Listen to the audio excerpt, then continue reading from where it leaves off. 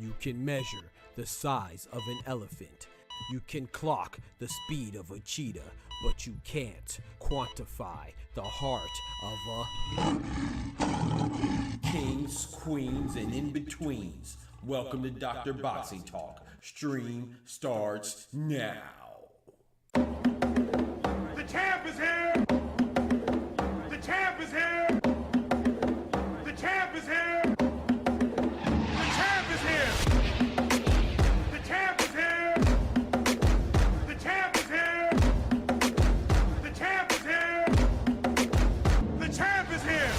If I tell you I'm good, probably you will say I'm boasting. But if I tell you I'm no good, you know one line.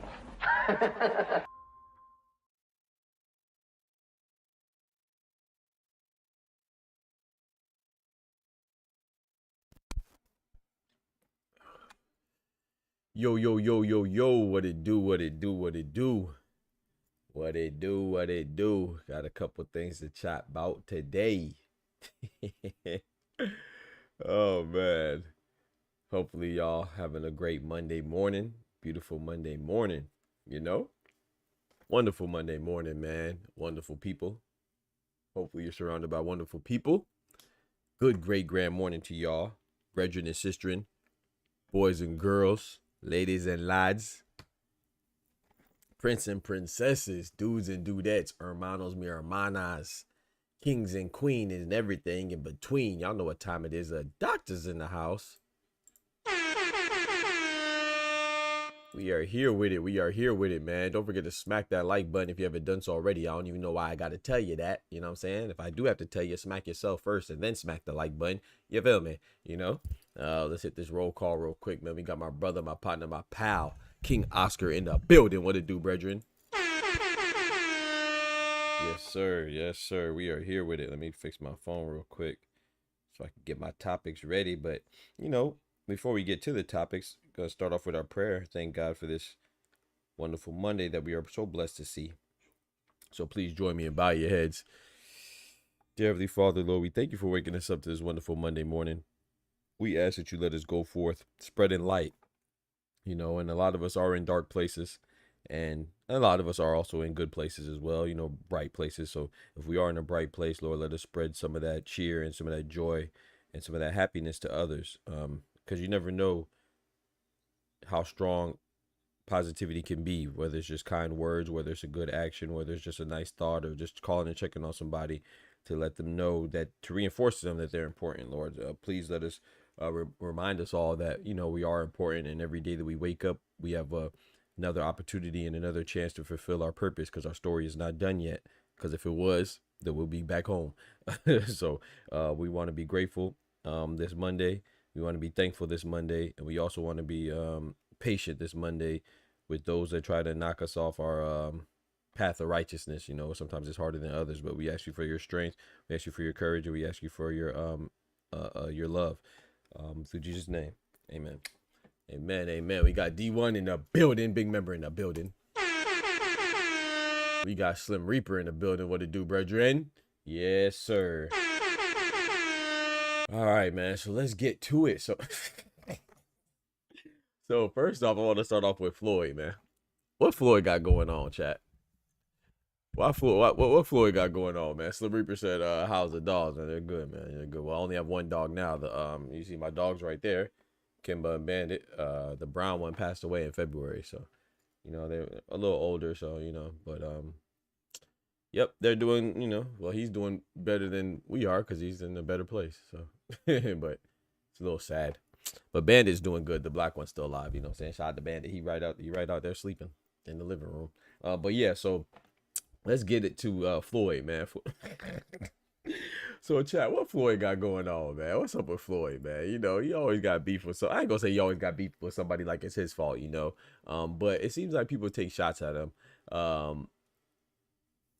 when they don't necessarily have to, you know what I'm saying? And that person being Roy Jones Jr. right now. You know, Roy Jones Jr., you know, they always have their back and forth. You know, they always have their little back and forth. They always throw little digs at each other. And I just think it's funny, you know what I'm saying? Both of them are great. Both of them are legends in their own right. And in any right of boxing, you know. But it's just like sometimes, you know, I like Roy Jones, you know. I like Floyd as well. You know, Floyd is probably my favorite fighter of all time. You know, I definitely think he's the greatest of all time. But you know, this weekend, you know, they're asking Roy Jones about some things, and Roy Jones said, you know, Canelo also said that he thinks Terrence Crawford's a little better than Floyd. I think, you know, I like my boy Cinnamon, but I think he's just capping. I think he's saying that because he doesn't have a chance to rematch Floyd, and if he beats Terrence Crawford, that's why I think he kind of took the fight too. I've said this before. I think in his mind, you know, he can't lose again to Terrence Crawford because that'll remind him of his Floyd loss. You know, another smaller American fighter beating him again. So I think in his mind, he's trying to make it seem like Terrence Crawford's better than Floyd. So this victory somehow erases or eclipses his loss to Floyd. You know, which I disagree. But you know, hey, whatever works, whatever gets you going and make you feel like. You know, make you feel amped up to win, you know, whatever does it for you. But so a lot of times people take shots at Floyd, even though Floyd's not a fighter, not fighting anymore. And, you know, Roy Jones, you know, he does that all the time as well. And they asked him about, you know, it's not really the interviewee's fault, right? You know, the interviewer asks a question, the interviewee responds to the question. And they asked him if Roy Jones would beat they asked Roy Jones if Floyd Mayweather would beat Sugar Ray Robinson and Sugar Ray Leonard, and you know, and he said no, he doesn't think so. And there's nothing wrong with that. These are great fighters. No matter who you choose, it's not really offensive, but you got to understand the history of them always having little back and forths and throwing little digs at each other. So this is how Floyd responded. And lately, you know, let's be honest too, Roy Jones is more in the media than Floyd, right? So of course we're gonna hear Roy Jones speak negatively on Floyd more than we'll hear Floyd speak negatively on Roy Jones. I'm not saying that Floyd doesn't do it. You know, I'm just saying that we hear about it more so from Roy Jones towards Floyd than Floyd towards Roy. At least on my end, I do. But then Floyd has responded by not responding to what Roy Jones has said, and we're gonna look at it right now. It's a little petty response. It's funny, but you know, it is petty. When I say he responded by not responding, I'm saying because he doesn't say anything. He's just showing himself watching something, but what he's watching is important. Career, he's really been hurt. He's gone down before one time, but there was a perfect left hand. Roy never saw it coming. Roy is out. Roy may be out of boxing. That's why my man chilling, watch it. Because he answered Roy's right hand with a perfect the man is chilling, watching Roy Jones get knocked out. He's watching old Roy Jones Jr. knockouts. I think that's funny, and not even just one. He's gonna watch multiple Roy Jones Jr. knockouts. And he posted on his, I think he posted on his Instagram feed or his Twitter, I'm not sure. Here goes another knockout. So that was Antonio Tarver. The first one was Antonio Tarver. Hey, shout out to Roy Jones, man. I like Roy Jones, one of the greatest. I think in his prime, he could be probably the prototype for being a boxer. You know what I'm saying? This is against the Road Warrior Glenn Johnson, the Jamaican bodman right here. Shout out to Glenn Johnson. But I think that Roy Jones, he was a great fighter, you know. For a lot of people, he's the greatest, right? And I think that he has a right to that claim. But for me personally, I like Roy a lot, man. Shout out to Roy, one of my favorite commentators. You know, part of the best commentating team to me in boxing is Roy Jones, Jim Lampley, and Max Kellerman. Doesn't get no better than that. That makes me nostalgic. You know, here's another knockout, but you get the point. So he's just going back and watching Roy Jones get knocked out repeatedly, like it's a movie, and he posted it, right? So, but anyway, you know, I don't think that's that bad. I think it's funny, and it's his way of getting back at him. But I mean, these are things that happen. You can't really refute it, right? So Roy Jones is talking on things that he thinks would transpire. Floyd Mayweather is talking on things that actually did transpire, you know what I'm saying, throughout Roy Jones' career. And I'm gonna be honest, you know, that's why I don't think Roy's the best, because I do think longevity matters. Now, if you want to take a specific time period, a little piece of their career, then you could argue that Roy Jones is the best fighter ever to walk the face of the earth, you know. But that time span in which he was on top and dominant was so short compared to, let's say, somebody like Floyd Mayweather, who had longevity with his greatness, you know what I'm saying? Or even you could even say Cinnamon, like Canelo right now, who had longevity. So, you know, when people say guys are the greatest or girls are the greatest, I think you do have to take the totality of their career. You don't just take a little piece that you want that fits the narrative that you're trying to kick or that's advantageous to your argument. You know, you can't forget the fact that Roy Jones got smoked by Tarver or Glenn Johnson or whoever else. You know, that's just part of it. You know, you keep going, then you will continuously get judged for it, you know. So that just happens. I think that's fair. You know, it's like even the musicians, you know, there's a lot of artists that are great, you know, and I remember, you know, rest in peace Pop Smoke and rest in peace Biggie, and these are great artists, you know, but they only have one album respectively. So, and even Lauryn Hill, you know, she didn't pass away, thank God, you know, but she stopped making music. So it's hard for me, no matter how great Miseducation of Lauryn Hill is, I think that's one of the best albums ever, but it's hard for me to put her above, let's say, a Queen Latifah or even a Nicki Minaj or somebody like that, or, you know, her contemporaries that have 5, 6 albums, you know what I'm saying, that have a larger body of work. It's just, to me, that's almost unfair, you know. So I do think longevity matters, even in basketball. You know, it's like, okay, bet, you know, Brandon Roy, while he was playing, was fantastic, but his career was unfortunately short due to injury, you know. And then somebody like LeBron has longevity, you know, a long longevity, and not only longevity with just being there, but also longevity as far as playing at a high level. So I do think you have to factor longevity in. That's a factor. So shout out to Roy Jones, shout out to Floyd. I'm not really about taking sides. I just think it's funny, you know what I'm saying. They need to do they need to get some business, man. Leave each other alone. Shout out to my guy Oscar Perez, man. Let's go. He said, personally, I have Roy as the best prime ever. I'm not mad at that. Speaking of the best prime ever, shout out to one of the best members ever, and Oscar Perez, man, renewing that membership at the Boxing Talk graduate level, man. Said he's committing for 30 more days and he's not going nowhere. The show goes on. I'm not leaving. I'm not fucking leaving. The show goes on. So shout out to my guy Oscar Perez, man. He said, personally, I have Roy as the best prime ever. Yeah, that's what I'm saying. So if we're talking about prime, then yeah, I'm not mad at that. But if we're talking about longevity, I could think of quite a few fighters that I put over Roy. I put Lennox Lewis over Roy. I'd put Floyd over Roy. I put Canelo over Roy. I put Bud over Roy.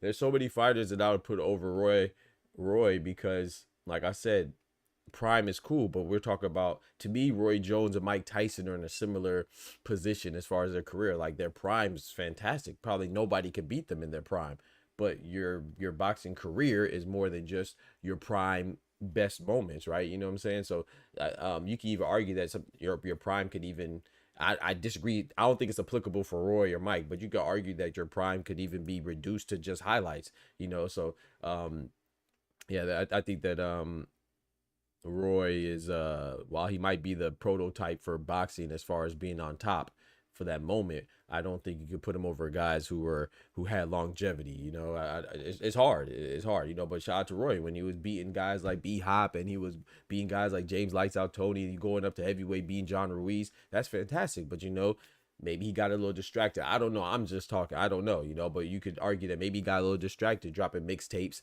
Y'all must have forgot, dropping albums, signing artists, being in, remember he was in the Matrix. He was in the movies. You know, he was really on top. You know what I'm saying? He was on top, man. Shout out to Roy Jones, man. He did it like no other. You feel me? But then he started doing movies and then, you know, moving up and stuff like that. And that some people attribute those things to why he fell off, you know. Shout out to Let's Be Real. B-Dog said watching Roy get knocked out a bunch of times is sometimes bro, he's just watching him get knocked out, bro.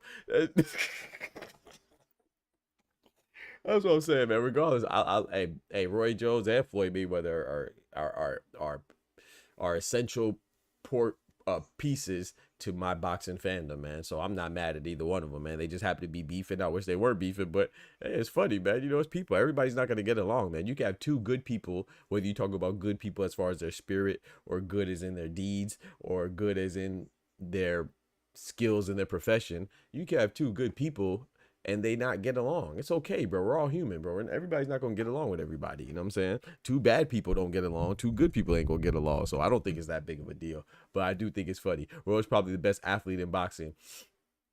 I don't even know about that, man. I think he was very smart too. You know, I think people, and I'm not saying you're wrong, B-Dog. I mean, I just want to add to that, you know. I think sometimes people reduce fighters, particularly American fighters, to just being athletic. It's like, if you know Roy, like, you watch him, of course he's very athletic. I'm not denying that. And I think you're right. He could be the most athletic, but he was also, you know, Teofimo's athletic, very athletic, but Roy is also smart too, or, you know what I'm saying? He's very smart. Even the way he breaks down and analyzes a game. And you have to be smart in order to have defense and counter people and time people. That's intelligence. You know what I'm saying? So I don't think it was just athleticism. I'm not saying that you're saying that. I'm just speaking. You know, 'cause I hear that a lot. You know, like what to me, Lomachenko is very athletic. You know, his ability to counter. But people say, oh yeah, he's so intelligent in the ring.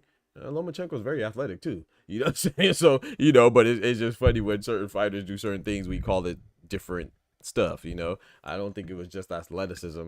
I think it was athleticism, but as well as intelligence. You know what I'm saying? Same with Gervonta Tank Davis. I think people don't recognize how cerebral he is in the ring, you know, with the traps that he lays, the counters that he sets up, even Cinnamon. You know what I'm saying? They say, oh, he's a plotter. Bro, if you watch him fight, bro, a lot of that stuff is timing, and he's anticipating what his opponent is going to do. You know what I'm saying? Setting traps, recognizing patterns. You know what I'm saying? So I think that takes intelligence too. I'm not saying that, you know, whether Canelo or Tank or Floyd or Roy or Lomachenko or any of them, whether they're book smart, I don't know. You know what I'm saying? But it doesn't matter. You know what I'm saying? They're smart in their profession. So it's like Goku. You know what I'm saying? Goku, I don't know if you watch Dragon Ball Z, but Goku wasn't the epitome of intelligence when it came to being a genius. You could argue that he was pretty much on the shallow end when it came to intelligence outside of fighting. But in fighting, oh man, that man got ultra instinct. He moving with it like water. You know what I'm talking about? Flowing like Bruce Lee. So,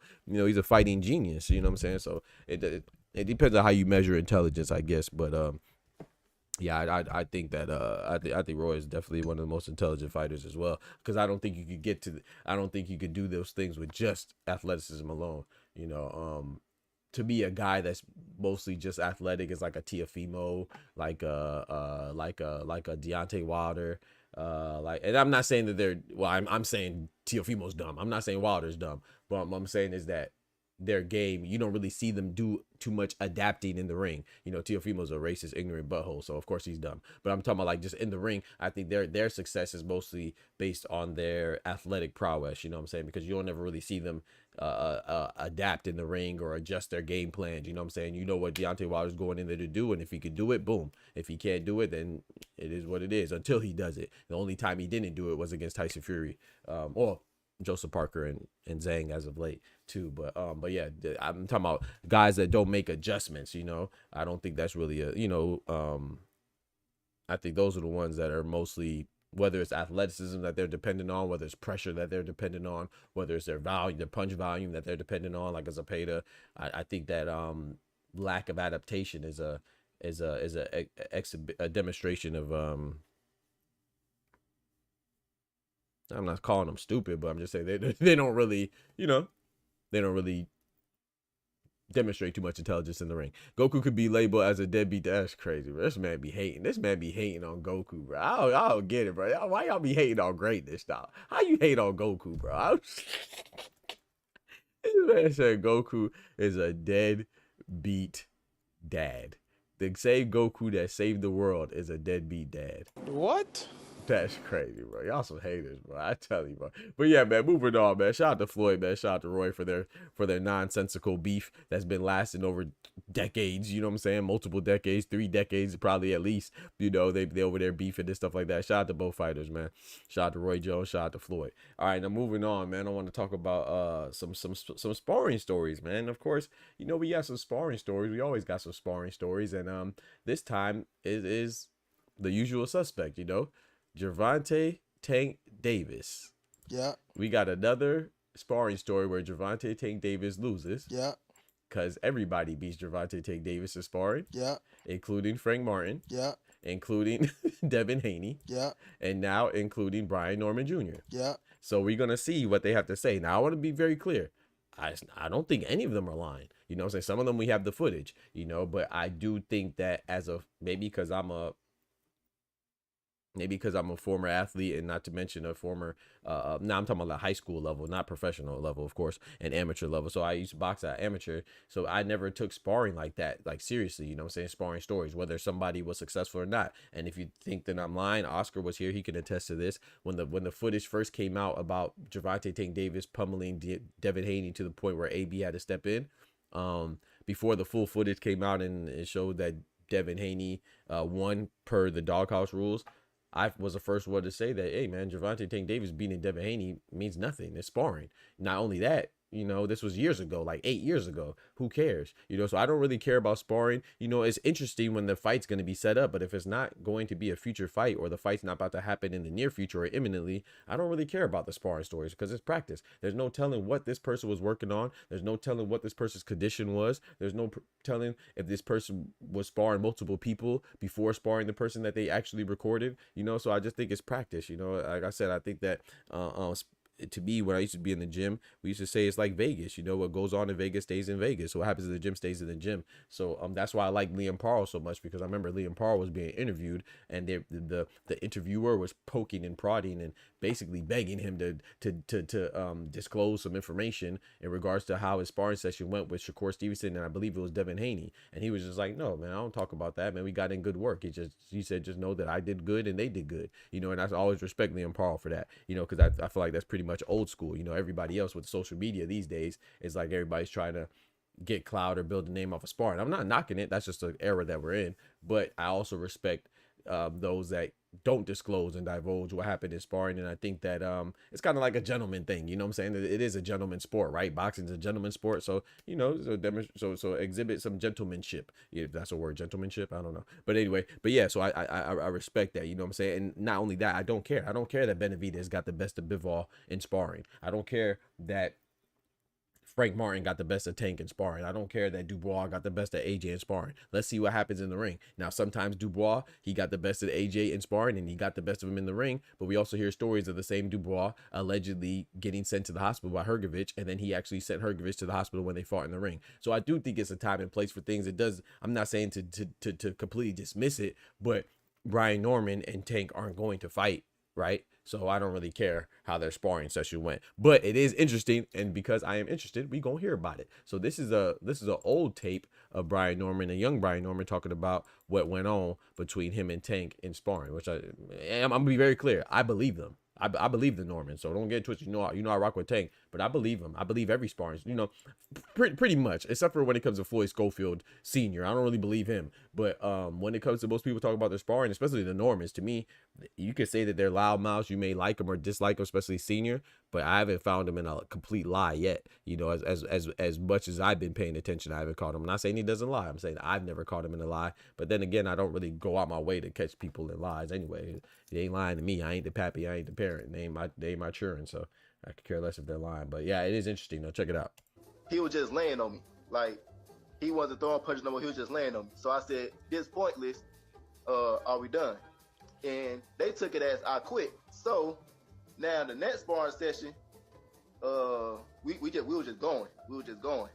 We did about 20, maybe even more rounds than that. No, I don't know. So the last, we had 2 more rounds left. He did 1 round. And look, I was in the ring. We had 1 round left, literally just 1 round left. And I had told him, I'm still in the ring. Come on. But he was getting halfway out the ring. I'm rich.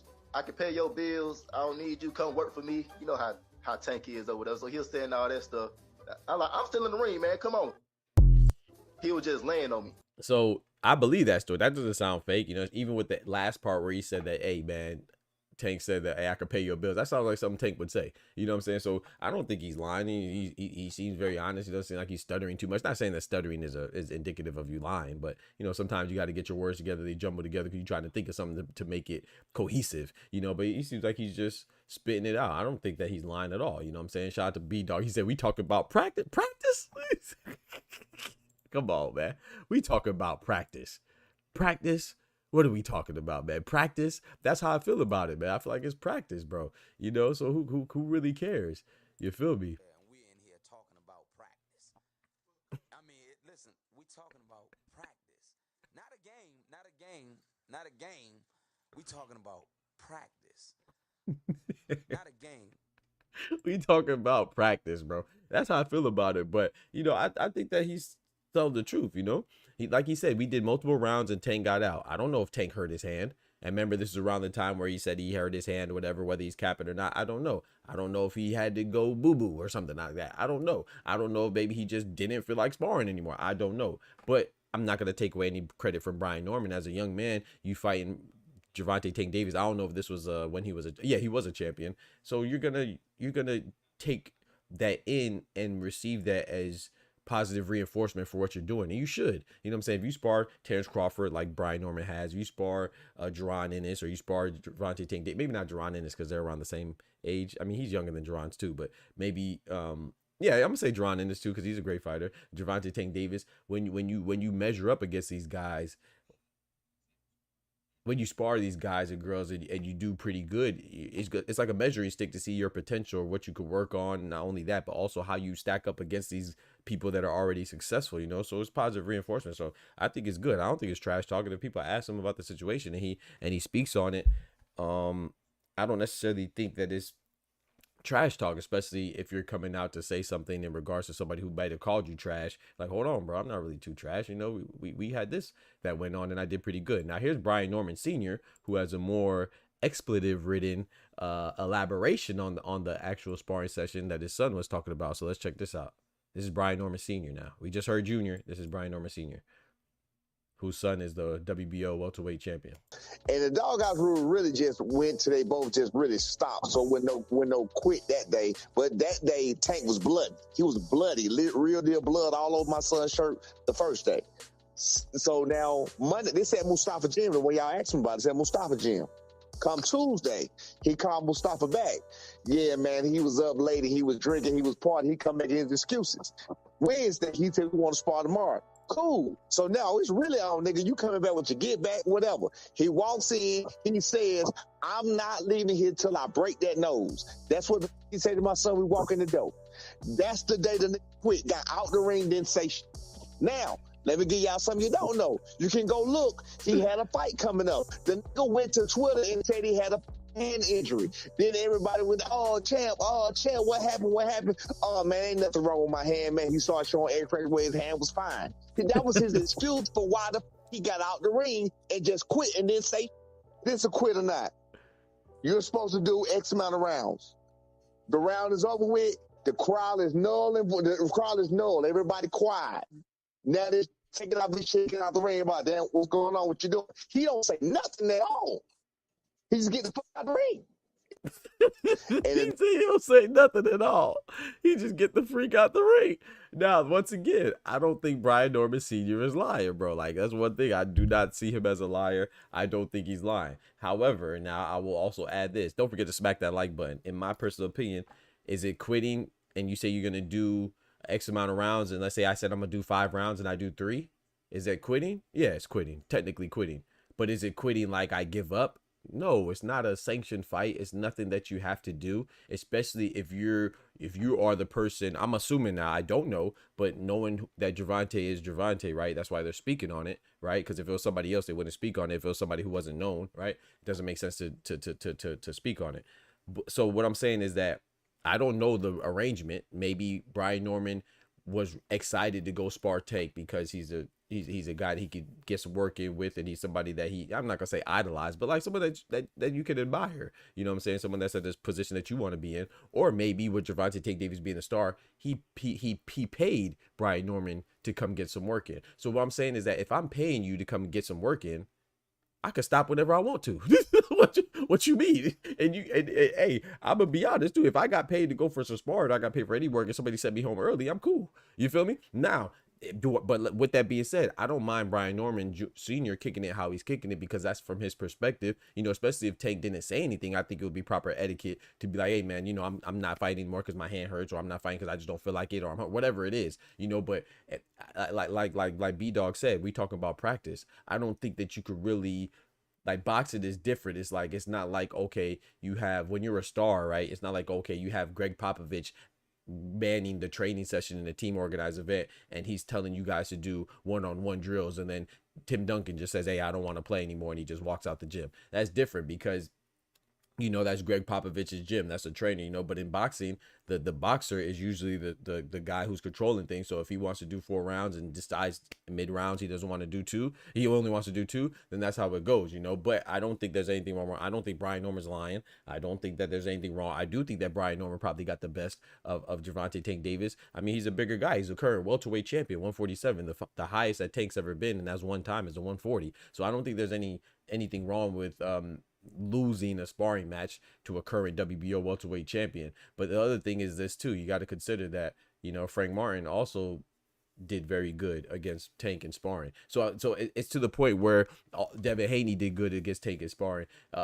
Everybody has a I did good against Tank in sparring story, right? Julian Rodriguez, the guy who just upset Avius Griffin, the guy who also lost to Jose Pedraza. You know, Jose Pedraza, the guy that was undefeated until he fought Tank, and Tank got his first title off of undefeated Jose Pedraza. Yeah, Jose Pedraza, that guy that Tank beat a long time ago. Yeah, he beat Julian Rodriguez, the same Julian Rodriguez that said he did very good against Tank in amateurs or sparring, whatever it was. So at this point, if it's, I don't know, if it's a 10-year-old in Michigan and he comes out and says he sparred Tank and he didn't say that he did good against Tank, I would be suspicious about that, because everybody does good against Tank in sparring, apparently. You know what I'm saying? But do you do good under the lights when it's against Tank? That's when it matters. But this case, Brian Norman Sr., it definitely doesn't matter because they are 2 different weight classes, you know what I'm saying, with 2 weight classes between them, you know, 135 and 147. So I don't think it means anything. I think it's something that you should share. If people are, let's say, like if Gervonta Tank Davis is talking trash, which he wasn't, he just applauded Brian Norman Jr., which was very rare, you know, for Tank when it comes to I wouldn't say all fighters. I would say, like, when it comes to him complimenting fighters that he had interactions with, or other fighters that, I don't know, you know, but it just seems rare. You know, we'll see Tank compliment Canelo, compliment Naya in a way, guys like that, but it seems a little rarer for him to compliment other fighters that are around his weight class, or people that he's interacted with personally, or whatever it is. So, you know, but he did compliment Brian Norman for his last win. So I don't think there's anything wrong with the Normans coming out and talking if they feel like Gervonta Tank Davis threw shots at them at the pass. Hey, man, say your piece. Hey, bro, hold on, bro. You remember the work I got? We got in, and I did very good against you. You know what I'm saying? I bloodied you up in some bullshit. So I don't think there's anything wrong with talking like that. So, but you know, people are gonna take it out of context or try to run around with it and say, "Oh yeah, man, this guy beat the hell out of Tank." I mean, what does that really matter? Is Brian Norman and Tank gonna fight? You don't think anybody ever got the best of Terrence Crawford in sparring? You don't think that somebody ever got the best of Shakur in sparring, or Floyd in sparring? We know people got the best of Floyd, right? That's Errol Spence. You know, we know people got the best of Bivol. That's Benavidez, right? So people get the best of people in sparring all the time. It's just whether or not you hear about it, or you're hip to it, or you're privy to it. So I don't think it's a big deal, but some people do, man. And hey, it is what it is. I love it though. I like to hear it, you know, but it's not really like, doesn't really mean anything much to me. Shout out to Ryan Frazier, Boxer Talk up north, man. Big mouth in the building. We got Tech Dumb Dad in the building. Yes, sir. Big members in the building, man. Appreciate it, bro. He said, "I'm not the first time I heard him ending sparring kind of early." Yeah. I don't really see his issue, but at the same time, I want to say this too. If you are a person that takes sparring stories seriously, and just because you like Gervonta Tank Davis, now you're not taking this seriously, then I'm not gonna lie, I kind of feel like this about you. Nigga, you's a bitch. But you know me, I have a track record of, I don't really take sparring stories seriously. You know what I'm saying? Whether Gervonta's doing good or Gervonta's doing bad, or Devin Haney's doing good or Devin Haney's doing bad, or Bivol's doing good or Bivol's doing bad. I don't really care about sparring stories, because to me, it's just practice, man. You never know. Like I said, me being an amateur boxer, I know that 9 times out of 10, if I'm sparring, I have an objective. I'm not just going in there fighting like my life depends on it. That's not how it works. Like B-Dog said, it's practice. So that's in any practice. Tell me a sport where you practice and you're just going ham, you're just going all out. No, it's practice. You know, you're working on something. Even in basketball, you might be working on inbound plays, you know what I'm saying, or 2-minute drills, or whatever it is, or different types of 2-3 defense, or whatever it is, you know. So sparring is the same way. Like, I might be in there working on my left hand, and you don't know that, because then that would defeat the purpose, because then now you know that I'm handicapped. You don't know that. As in my opponent, you know, I might be working on my footwork. I might be working on defense. There's even a story with, what's a dude, and he was sparring Tank. Even he got off. He said, was it Armando Vargas? It was one of the Vargas brothers. I don't think it was Emiliano, and I don't think it was Junior. I think it was Armando. I think it was the middle child, right? He said he was sparring Gervonta. He was like, oh man, this is it. You know, he said, I'm getting off. I'm letting my hands go. And he said, all of a sudden, Gervonta Tank Davis hit me with one punch, and it was big, and it hurt me. And he was like, oh, so that was going on. And he was like, yeah, I was working on my defense. So it's not that Gervonta wasn't punching back, or he was getting overwhelmed by Armando Vargas.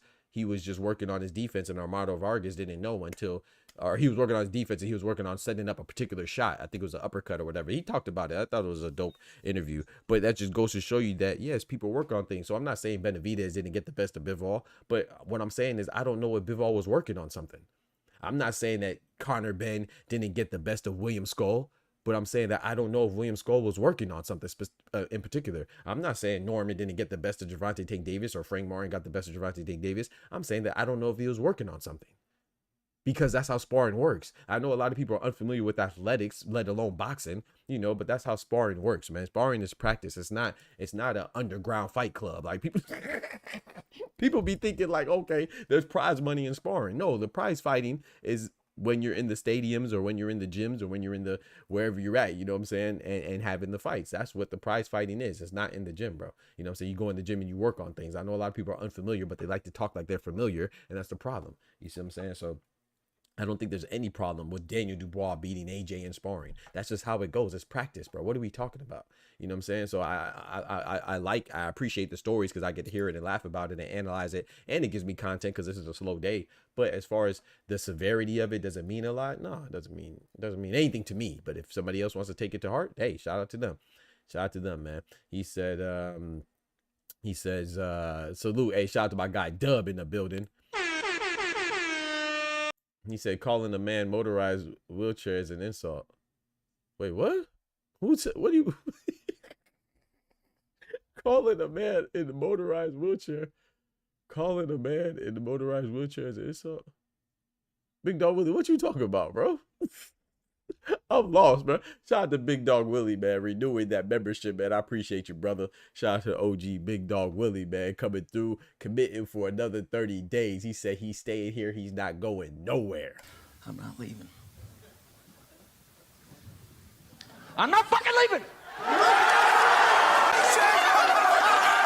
The show goes on. Shout out to my guy Big Dog Willie, man, keeping us live and popping, man. Shout out to all the members and all the people that that re-up their membership off stream too when I'm off, man. Thank you. I appreciate it. It definitely does not go unnoticed. He ain't leaving, Dub. He ain't leaving. But yeah, I don't know, Big Dog, what you talking about, the motorized wheelchair, bro? Hey, Big Dog Willie be coming up with some stuff now. Don't forget to smack the like button. I appreciate it. I don't know what you're talking about, bro. He said call somebody in a motorized wheelchair is an insult. Here you go. Oh, shit. Yeah, I'm tired. That was so disrespectful. That was disrespectful. I don't know what you talking about, but yeah, I don't know. It sounds disrespectful.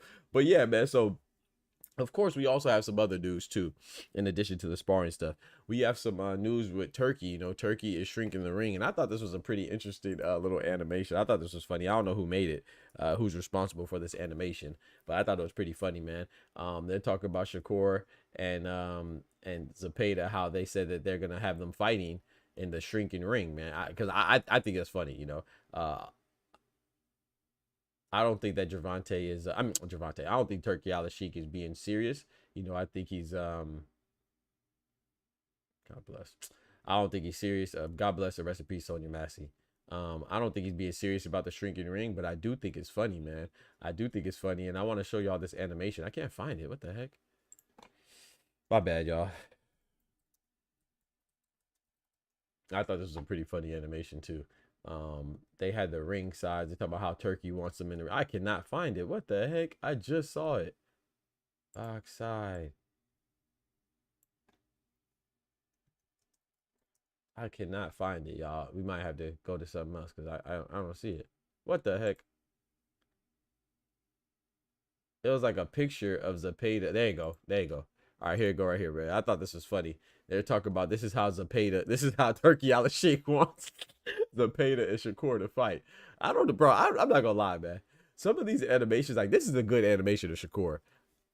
That ain't Zepeda, bro. And some of these animations, I'd be like, some of them look all right, but some of them look very generic and terrible. Like, shout out to World Boxing News. I rock with World Boxing News. I don't know if they're responsible for making this, you know, but the Shakur one looks pretty good.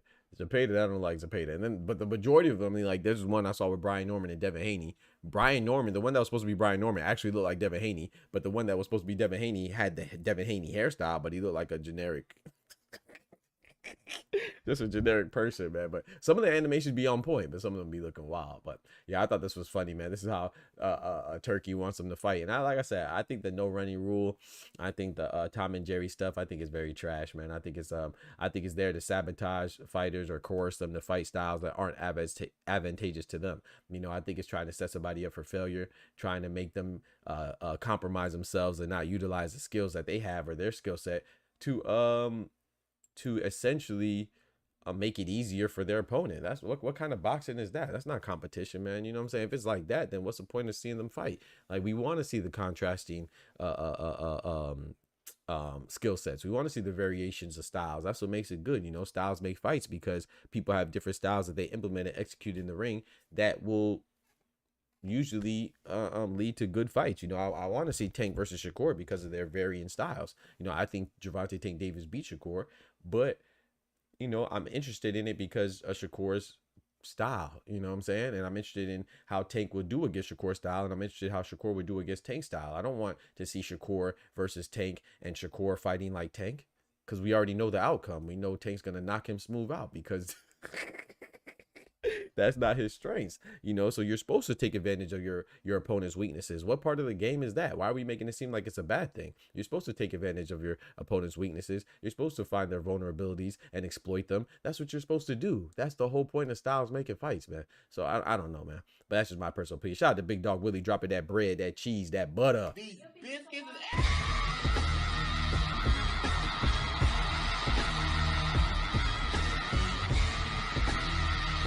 He said, calling a mentally handicapped man in a motorized wheelchair RDD2 is an insult. Lesson of the day. Dr. Boxer, do you agree? Yes, I do agree. Wait, what? Yes.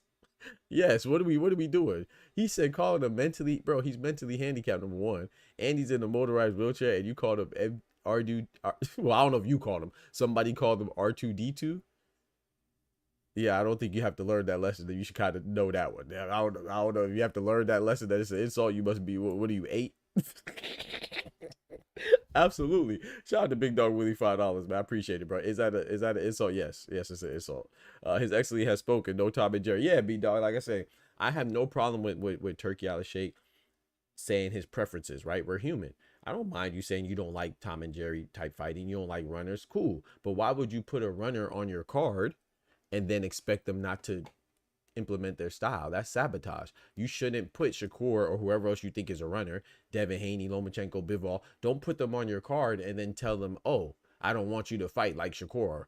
You tell, I don't want Bivol to fight like Bivol. It's cool that you don't like it. Then don't put them on your card. I mean, you are the billfold. You are paying for it. So if you don't like something, why pay for something you don't like? But shame on you if you try to pay for something and then expect that thing that you paid for to change. You understand what I'm saying? I keep telling people all the time, I like hip hop. I like reggae. You know what I'm saying? I don't like flute music, right? But I'm not going to buy a flute album and expect the flutist to suddenly sing like Buju Banton.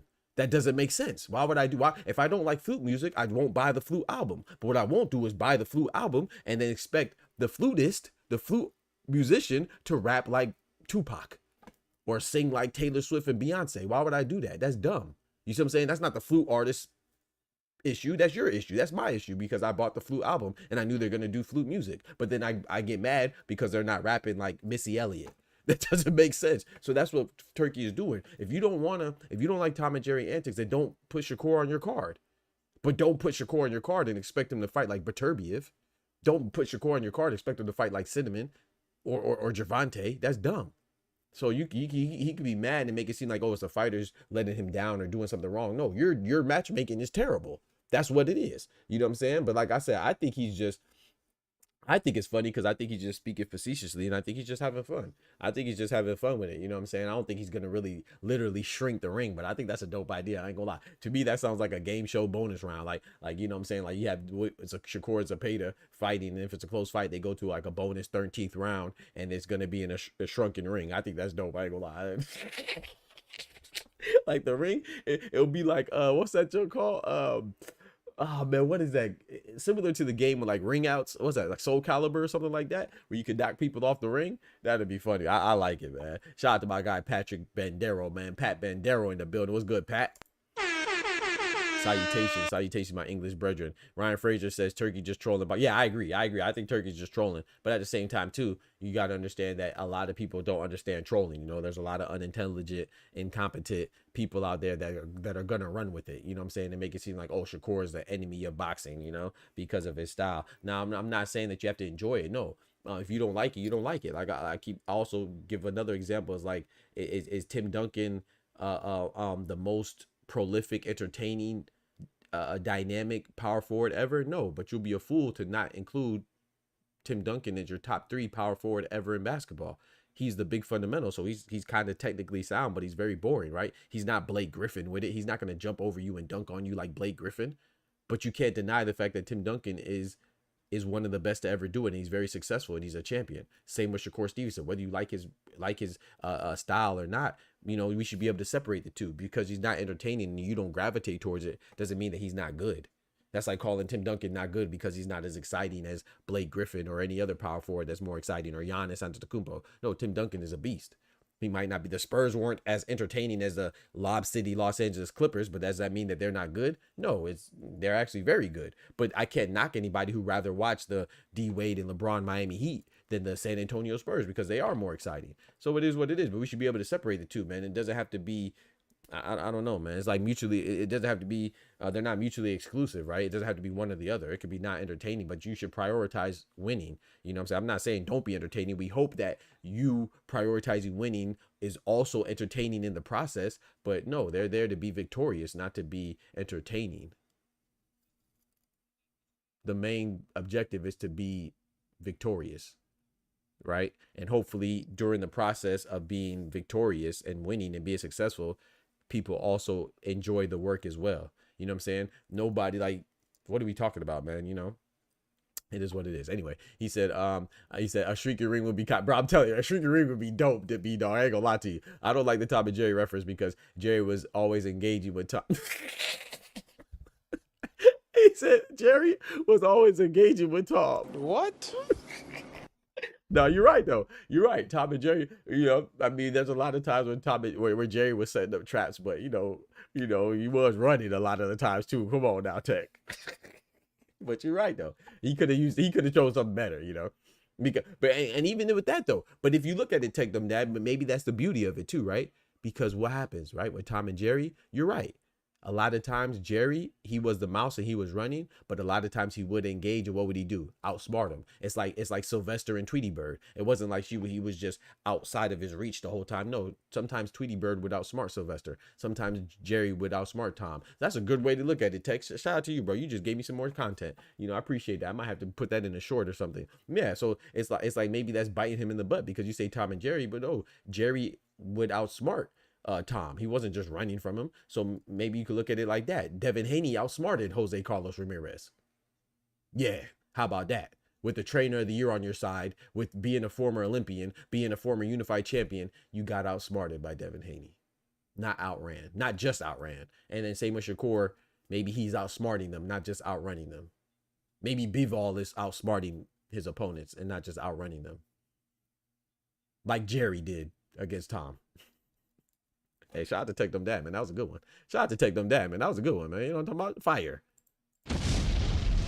I like that. Big Dog Willie, I think Turkey wants fighters to be like Rocky movies. Yes, he does. He does. But there's no problem in that. Like I said, there's no problem. I like entertainment too, bro. I'm not oblivious. I'm not oblivious to the fact that some of these fights are more boring than others. I mean, Guillermo Rigondeaux is not as exciting as, I don't know, Gervonta Tank Davis, duh. You know what I'm saying? Watching a Shakur fight isn't as exciting as watching a Martin Bacoli fight. You know what I'm saying? Watching, I don't know, Devin Haney's last fight wasn't as exciting as watching a BETERBIEV fight, you know, but at the same time, you know, I could be able to objectively say that, okay, these guys did their job. You know, people try to make it seem like it's trash because they don't like it. Know your fucking place, trash. Yeah, you know what I'm saying? You should be able to be like, okay, bet, I don't like onions, but that doesn't mean that onions don't belong in the vegetable aisle or the produce section. No, it still belongs. I'm not going to go and try to eradicate onions because I don't like them. Ryan might like onions. It might not be good to me, but it might be good to somebody else. And that's what it is, man. You're not going to like everything, man. Like I said, I think that they act like a bunch of bitches, man. I'm not going to lie to you, bro. Like that, like, control what you can control. And what you can control is if you don't like something, don't expose yourself to it. There's nothing forcing you to watch fighters that you don't like. Like I said, it's not like these are new fighters. If you don't know what you're going to get when you watch a Shakur fight, most likely, then that means you don't watch boxing as much as you act like you do. And if you don't watch boxing as much as you act like you do, then shut up, because you don't watch boxing anyway. But if you're going to watch a Shakur fight and it disappoints you because it's not as, he doesn't get a KO, then maybe you don't watch boxing as much as you're putting on. Because why would you go and watch a Shakur fight and expect to see a Subra Matias fight? Why would you do that? These are well-known guys. It's not like it's a random guy, unknown guy on the preliminary fights of freaking the World Grand Prix that you have no clue who he is, and then it turns out to be a shitty fight. No, you know these guys' reputation. Shakur is a multi-division champion. You know what I'm saying? So if you don't know how he's gonna fight, then that's kind of your fault. And stop acting like you watch boxing, because you don't. That Ramirez fight was onions, facts. It was onions. So that fight was trash. I'm not saying that those fights were good. I'm saying that you could take some good things from it. It's like what Tech Dumb Dad said about Jerry, right? It's like, yeah, Devin Haney, it was a Tom and Jerry fight because Ramirez was Tom and Devin Haney was Jerry. But if you look at the copy box numbers, Jerry, aka Devin Haney, outlanded Tom and Ramirez, meaning that Devin Haney landed more punches than Ramirez. So the mouse, like Tech Dumb Dad was saying, was engaging. And it's just that when he engaged, he got the better of the engagement. You see what I'm saying? The same with Ryan Garcia and Rolly Romero. Not only did Devin Haney outland his opponent Ramirez, he also outlanded Ryan Garcia and Rolly Romero. But it's so funny that you mostly hear about Devin Haney's fight because it's like a smear campaign on Devin Haney. I'm not a big Devin Haney fan, but I'm a fan of facts and I'm a fan of logic, and I'm not a fan of emotions dictating your thought process. You know what I'm saying? You shouldn't be overwhelmed by emotions. You know, Devin Haney landed 70 punches according to CompuBox.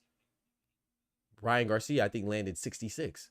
So he actually landed more punches than Ryan Garcia, but you don't hear that Ryan Garcia was boring, even though it was. You know, the most exciting part was that he got knocked down. He got knocked down early. But even I think Rolly Romero landed 59 or something like that, and Ramirez landed like 51. So Devin Haney didn't only outland his opponent, he outlanded the other two guys in the other fight that nobody talks about.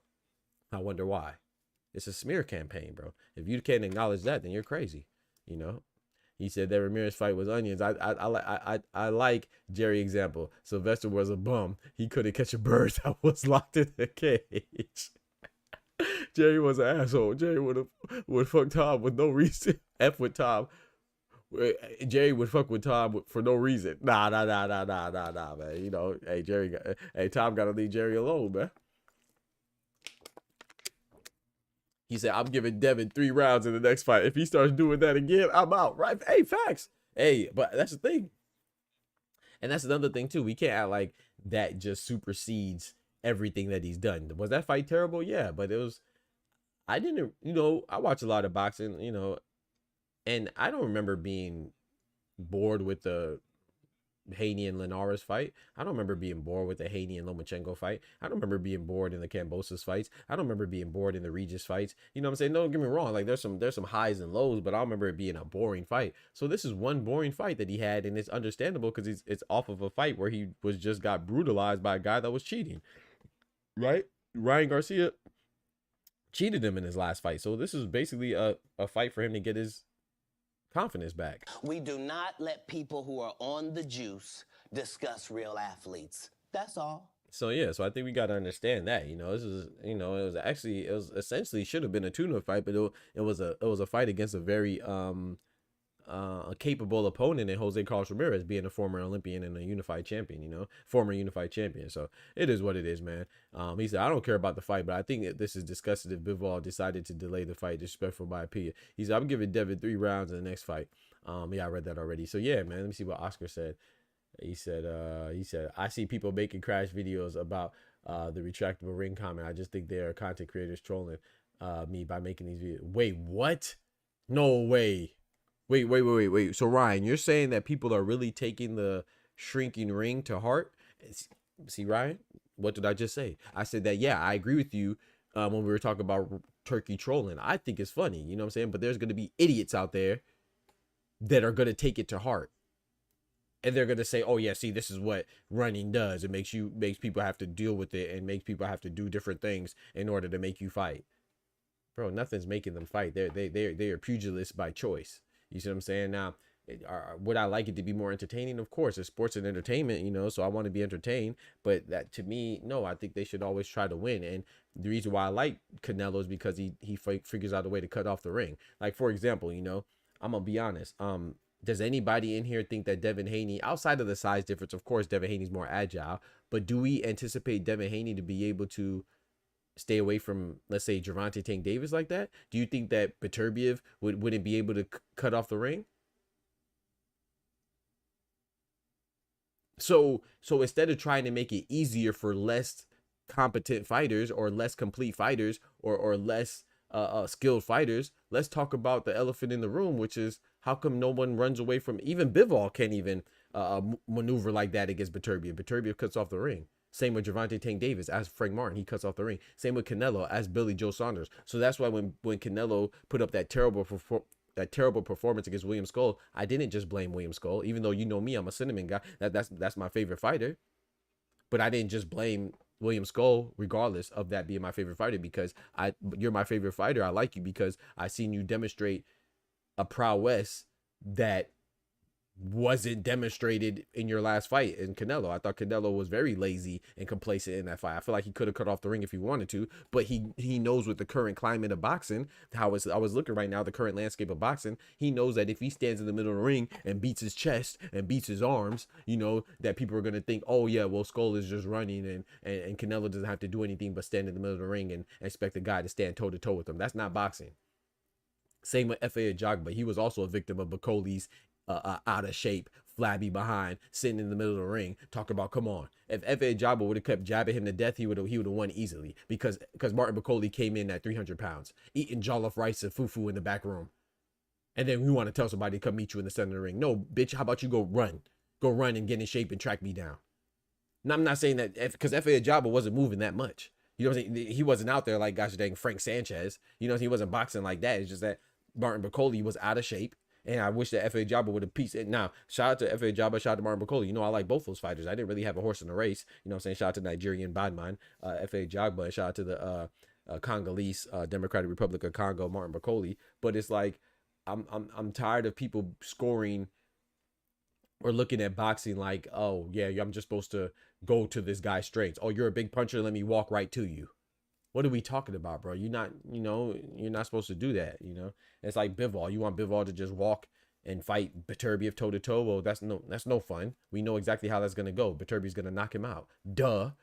The reason why it's a good fight is because we know how agile Bivol is and how great and superior his footwork is. And we also know that BETERBIEV is a good boxer and he knows how to cut off the ring, has good footwork as well. So we want to see how those things interact with each other. We want to see that combustion. You know what I'm saying? We don't want to just see Bivol just be have shackles on his feet and just walk right to BETERBIEV. We know the outcome. Where's the fun in that?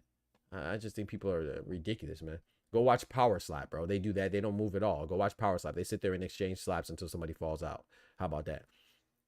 He said, I like Haney, but unfortunately, I don't think he will ever return to his old self. Me either. I don't think so either. I had Brian Norman beating him. But I could be wrong, you know what I'm saying? Maybe he will outbox him. Let me open up this window real quick, getting a little stuffy in here. Maybe he will outbox him, you know what I'm saying? I don't know. But I got Brian Norman. I don't think Devin Haney's going to return to his form either. But I could say that and not take away the fact that he is an accomplished fighter. You know what I'm saying? Like I said, bro, you're talking to somebody who bet on Ryan Garcia. I didn't bet on Ryan Garcia because, oh, I just like the way he combs his hair and all this stuff. I thought Ryan Garcia stylistically was a good matchup against Devin Haney because at that time period, Devin Haney hadn't seen somebody as young as him, as big as him, or somebody that he couldn't just physically be imposing to at that time. You know what I'm saying? Ryan Garcia was something he hasn't seen in a while as far as his build, right? His physique. You know, he was young, just as young as Devin Haney. Devin Haney at that time was fighting guys that were older. He was just as big as Devin Haney, if not bigger. At that time, Devin Haney was fighting a lot of guys that were smaller, and he's just as big, just as young, and just as athletic. You know what I'm saying? So that's why I bet on Ryan Garcia. But once Ryan Garcia cheated, I don't go for no cheating. You know what I'm saying? I don't hate any of these fighters. You know what I'm saying? I think people that were okay with Ryan Garcia cheating is because you're so overwhelmed by emotion that you don't even care. You dislike Devin Haney or you like Ryan Garcia so much that you don't care if someone cheats. I really think that Ryan Garcia could have pulled out a Uzi in the ring and they would have told Devin Haney, oh, you should have dodged the bullets. Like Ryan Garcia could have went in there with a sword and a Uzi, and they would have said, "Oh yeah, well Devin Haney should have dodged the bullets, man. He's weak." So it's crazy, bro. Someone cheats, they cheat, bro. I don't care. I don't like Alexander Povetkin because he cheated. I don't like Conor Benn because they cheated. I don't like Ryan Garcia because they cheated. You see what I'm saying? Or I don't agree with their wins because they cheated. So you know, PEDs are performance enhancing drugs. It enhances your performance. Stand back and stand by. What it do? Tom and Jerry are actually best friends. They might be. You know what I'm saying? So maybe some of these fighters are actually best friends and they don't really want to hurt each other for real. They just want to put on. I don't know, man. But yeah, so moving on, man. I want to talk about Bivol and BETERBIEV, you know, for the last topic of the show. BETERBIEV and Bivol, man. BETERBIEV has come out and blamed DMITRY BIVOL for essentially stalling out the fight, you know, holding out on the fight, you know, stalling for the fight in order to make BETERBIEV age out, right? And shout out to BETERBIEV. I like BETERBIEV. I like DMITRY BIVOL. I love this trilogy. You know, this is a trilogy that makes sense. They're 1-1, so the trilogy should happen. And I think that they are examples of two of the top guys, not only in their division, obviously, but also in the sport. You know, so I love this fight, right? You know, and I wanted it to happen, and I wanted it to happen very soon, you know, as soon as possible. So, shout out to Team Slime. Was good. I wanted to happen as soon as possible because, you know, BETERBIEV is getting older. He's not, all of us are getting older, right? None of us are getting younger, you know? So all of us are getting older, especially BETERBIEV, who's already older. But I don't want to confuse it with Bivol aging BETERBIEV out. Bitch, BETERBIEV, you're 40, bro. You know what I'm saying? You're 40. So no matter if he has it this month, if you have the fight this month or next month or in a few months, you're still old because you're old right now. You know what I'm saying? You're 40. And then if the fight happens in February, you'll be 41 because your birthday's in January. Damn. And I'm sorry. I'm sorry. I do agree that I want the fight to happen now, but I disagree emphatically that Bivol is trying to age you out. If you're worried about being old, then you should just retire because you were already old when you got into boxing. I mean, you have 21 fights. You have 21 fights, 22 fights. Like he has a low amount of ring mileage, and not to mention Bivol was the first person that he went the distance with, right? Yeah, he had a tough fight here and there with Marcus Brown. He had a tough fight. I wouldn't really call Callum Smith a tough fight, but he had a good fight with Callum Smith. He had a tough fight with Alexander Vosdik, but the majority, all of your fights up until Bivol did not go none of them saw the distance until Bivol. So not only do you have a low amount of fights, you have a low amount of rounds. You know what I'm saying? So your ring mileage is low. So he's older as far as his time on God's green earth, but he's pretty young as far as his time in the professional ring, as far as ring mileage. So, you know, I don't think that you could age somebody out in the span of a couple of months. You know, it's so funny that people were saying that he's aging him out, but you know, the Canelo and Triple G trilogy, that took 5 years. the Wilder and Fury trilogy, that took 3 years. You see what I'm saying? So like, as long as the fight happens in some type of you know, some type of fashion that is, I would consider timely, I'm cool. Whether the fight happens in October or November or December or 2026 and it happens in February, I don't think that's aging out. Like, come on. And now if the fight happens in 2027, then I would agree. But you know, I'm not calling a couple months aging somebody out. It's only a couple months difference. If you're worried about being old, in January 2026, that means that you're old in August 2025. I'm sorry. It is what it is. Because that was the earliest time that I've heard that the fight could happen. I've heard August 2025. Then I heard October, November 2025. I've even heard December 2025. Now I'm hearing January, February 2026. So if you're worried about being old in February 2026, that means you're already old right now in July 2025. It is what it is, man. So I just don't think that, I'm not saying that Bivol may not have other plans, but to say that he's aging them out, stop it, bro. Stop it. Like, some of these trilogies take 5 years. Some of these trilogies taking 3 years. This is not taking that long. You see what I'm saying? The rematch was just in February, right? The first match was just in October. It hasn't even been a full year since their first fight. Am I tripping? I think the first fight was October 2024, correct? And then the second fight was February 2025. So it hasn't even been a full year since they had their first 2 fights. So you're telling me you can age somebody out in a year to have 3 fights? Stop it, bro. A year and a half, 2 years? Stop it, bro. Like I said, so if you're worried about being aged out, then maybe you should just retire. You know what I'm saying? I like BETERBIEV, but I'd rather see him retire than be like a James Lights Out Tony or a Manny Pacquiao or Roy Jones or a Jose Sniper Pedraza or Deontay Wilder, guys that fight well beyond their capability to be respectable as far as their usual demonstration of their skills. You know what I'm saying? If your skills have diminished that much, then just retire, bro. You see what I'm saying? Don't fight Bivol again. You see what I'm saying? So I you know, and the funny part even more, and I'm not coming hard on BETERBIEV. I like BETERBIEV, but my point is that BETERBIEV, how many fights have we seen postponed because BETERBIEV was suffering an injury? I'll wait. We've seen at least 3 or 4 of them. And what did his opponents have to do? They had to sit there and eat it up, right?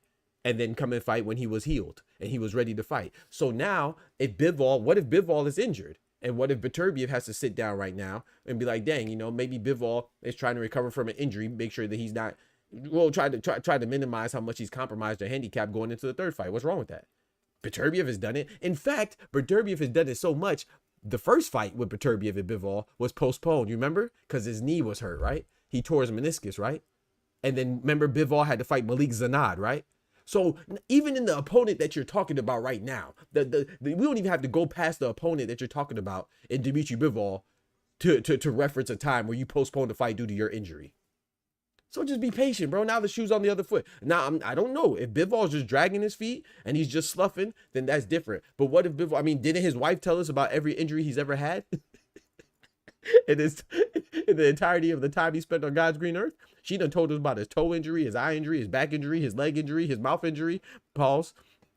She done told us about all his anatomy, man.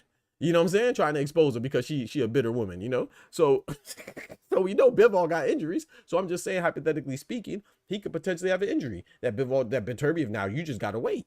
because a lot of times other fighters have waited on you because of your injury. So I just think that this notion that Bivol is like I said, I don't know. I'm sure that Bivol will come out, or his team representative will come out, or maybe Eddie Hearn will come out and be like, okay, bet, you know, the fight has been postponed or delayed because of this, and that, and the third. But right now, I don't think that there's any room for concern or any cause for concern. I guess there's always room for concern, but I don't think there's any cause for concern. It's not like a large amount of time has went by or transpired. Like it has not been a year yet since we saw the first 2 fights. Even if it takes a full, you know, even if it takes till February 2026, I don't see the problem.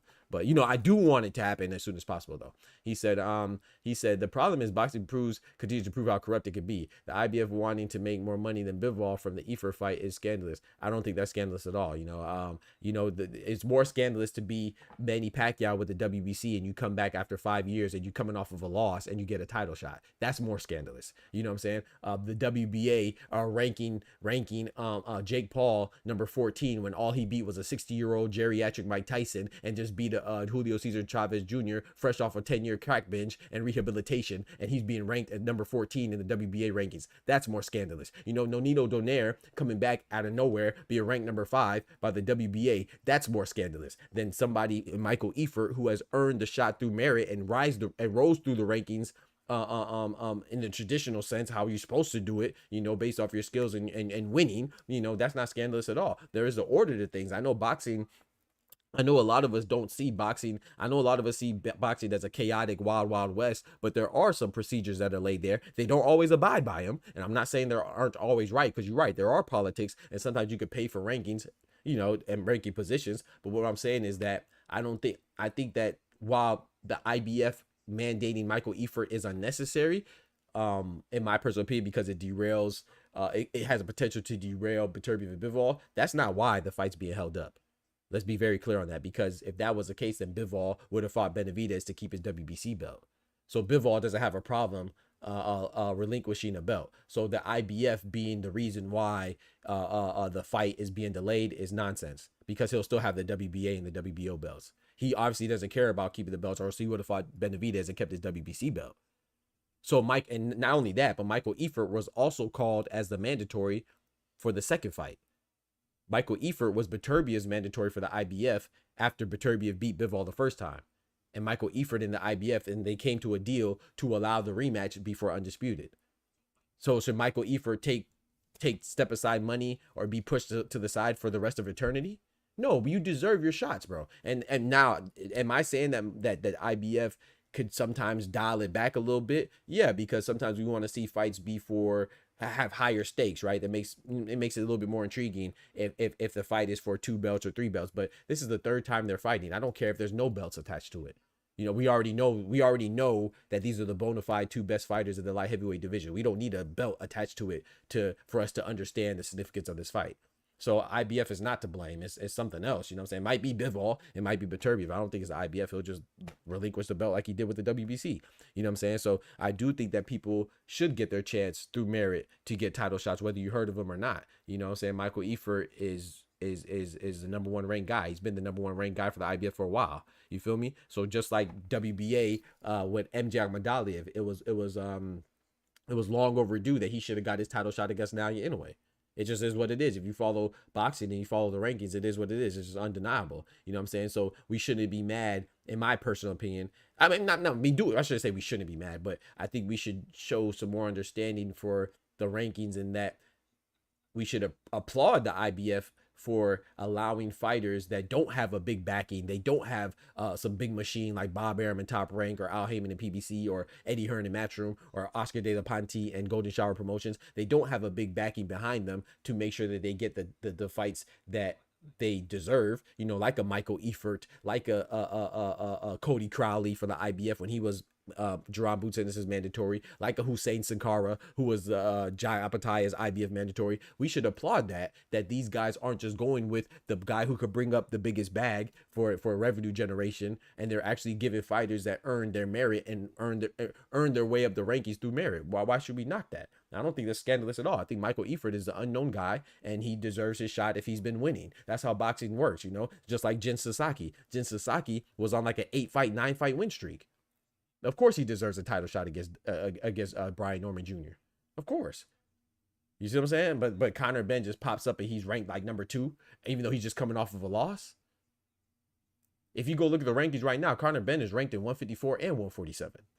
That's disrespectful to some of the guys that that been winning and earning their ranking and position through merit, or somewhat through merit, because of course you still got to pay to get in the rankings and all that stuff. It's always politics, but I don't think that there's anything wrong with Michael Eifert getting a title shot if he deserves it. You know what I'm saying? Is that the best fight that we want to see? No, it's not the fight we want to see. I want to see Bivol and Beterbiev. Some people want to see Bivol Benavidez or Beterbiev Benavidez or Bivol and Smith, whatever. But you know, people deserve an opportunity to show their worth. You know, he said, I don't see Bivol dragging this fight, but what if Beterbiev knows he's injured and is trying to rush him back to the ring? Yeah, it could be something like I said, I think Beterbiev is a stand-up guy. I think Bivol's a stand-up guy. That's why I don't think that, I don't know what's going on, but I don't think it's Bivol trying to age Beterbiev out. And I don't think that, that's a good point though, you know, but I don't think that Beterbiev is trying to rush him back, or maybe he is, because you know what? You could be right, Salam, because what did Beterbiev say in his statement? He said that he had the second fight on a quick turnaround, despite his doctors and his team advising him not to. He's saying, hey man, you know, I had knee surgery and they didn't want me to take the fight, but I still took the fight anyway. So maybe he is saying that to allude to the fact that he knows Bivol is injured and he's trying to rush him back and say, hey man, let's rush him back. Yeah, they are rushing, you know what I'm saying? So he's rushing, you know, in more ways than one. He's rushing in more ways than one to try to get Bivol back in the ring. Maybe that's a possibility. I hope not, you know. Beterbiev doesn't rub me as doesn't strike me as that type of person. But at the same time, yeah, I'm with you. I would believe that more than I would believe that Bivol is trying to age him out. But then again, you know, they said Floyd Mayweather was trying to age out Manny Pacquiao, you know, even though Floyd Mayweather is older than Manny Pacquiao, they try to say that he tried to age out Manny Pacquiao. So, you know, and I will say this too, you know, fighters do age differently, you know, so I think that Floyd Mayweather's style being more of a finesse style, it does have more longevity than Manny Pacquiao style, who's more predicated off his athleticism. So, you know, with that being said, you know, fighters do age differently, you know, and like with Beterbiev being older, but you know, he has less ring mileage. So technically Terrence Crawford, in my opinion, and Canelo are older than Beterbiev, because even though they're younger in years, you know, they have double their fights almost, with Terrence Crawford having 41 fights, Beterbiev having like 22, you know, that's almost double. And then Canelo having 67, and that's almost triple the amount of fights that Beterbiev has. How many does Beterbiev have? 22 or 23 fights? Because if Beterbiev only has 22 fights, Canelo literally has triple the amount of fights. And then some. Yeah, Beterbiev only has 22 fights. Canelo has 67. So yeah, Canelo is younger in age, but he's older in boxing terms, because he has more than triple the amount of fights that Beterbiev has. Beterbiev has 22 fights.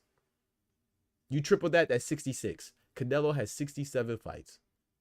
He has 3 times and 1 than Beterbiev. So, yeah, we could say that he's getting aged out, but he doesn't have that many fights. And then on top of him only having 22 fights, only 2 of them went the distance with Bivol, his last 2. So he's not really, I mean, he's older, yeah, but is he really that older? I mean, come on, man.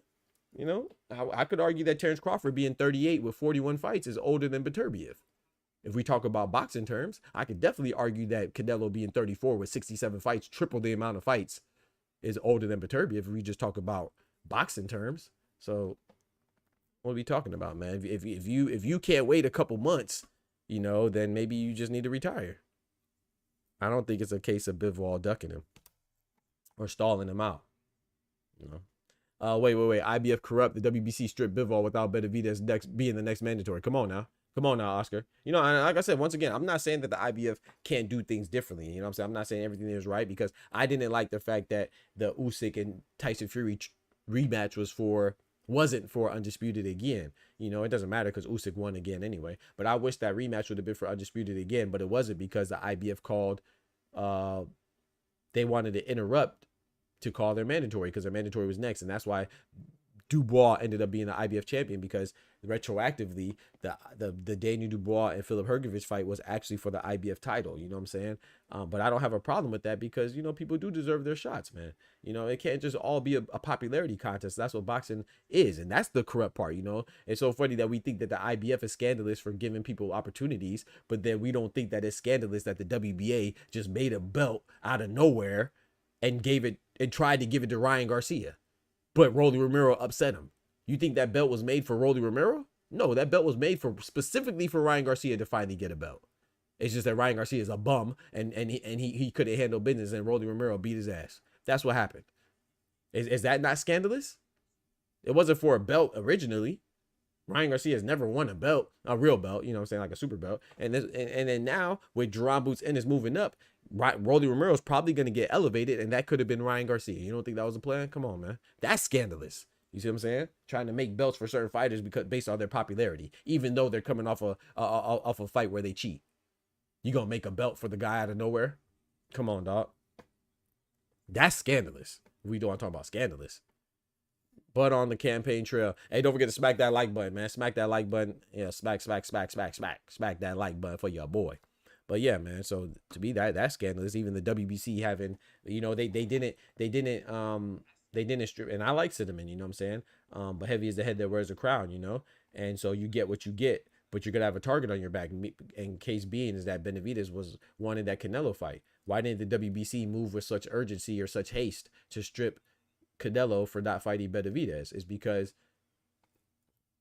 he was never really the mandatory, because if you don't fight your mandatory, you get stripped, right? Canelo was never stripped, right? But look how fast they moved with so much urgency to strip Bivol to give that belt to Benavidez. So that's scandalous, you know what I'm saying? They did it for the money. It's money motivated. So I'm not going to say, yeah, don't get me wrong, I'm not advocating for Bivol to fight Michael Eifert over BETERBIEV. No, but I also recognize that that's not the reason, because if he wasn't contractually obligated to fight BETERBIEV for a third time like he claims, then I think he would fight Eifert. I think the reason why he's not fighting his mandatory, or whether it's Benavidez or Eifert or Callum Smith or anybody else you want him to fight, he's not fighting them because he's fighting BETERBIEV for a third time. You know, he already agreed to that. That's what they're saying. So I don't think that a belt mandate would derail that, you know, because he already gave up his WBC belt for Benavidez. Unless you think that he only did it because he's scared of Benavidez. Some people think that. So maybe he only did it because he's scared of Benavidez and he's going to fight Eifert because he's not scared of Eifert and he's scared of BETERBIEV. Maybe, you know, so maybe he's ducking BETERBIEV and Benavidez. That's what people are saying. So maybe that's true. I don't believe that at all, but maybe he is ducking both of them.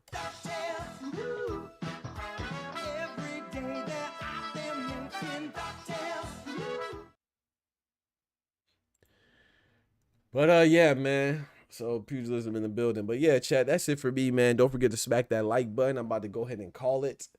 Go get me some food. Get me some breakfast. Get me some breakfast. Whew. That was a nice little stretch right there, man. Don't forget to smack that like button for your boy. You feel me? And shout out to all the members, man. Shout out to Big Dog Willie dropping the $5 on the chat wall, the graffiti on the chat wall. Also, shout out to Oscar for renewing his subscription. And shout out to my guy, Big Dog Willie, for renewing his subscription as well, man. Shout out for the subscription renewals. I appreciate that. Shout out for the $5 on the super chat. I appreciate that. And shout out to all the members in general, man. Y'all really keep us going and growing, man. Consider becoming a member starting at $3. You know what I'm saying? A month, man. Y'all ballers, y'all got it. Starting at $3 a month, you can become a member, get all these perks, access to the Discord voice chat 24/7, 365. You know what I'm saying? You get all that good stuff in bonbons, man. Yeah, I'm about to go ahead and slide, man. Salute to the fam, bam, scram. My guy Thomas in the building. But yeah, man, I'm about to go ahead and slide, man. Give me some food.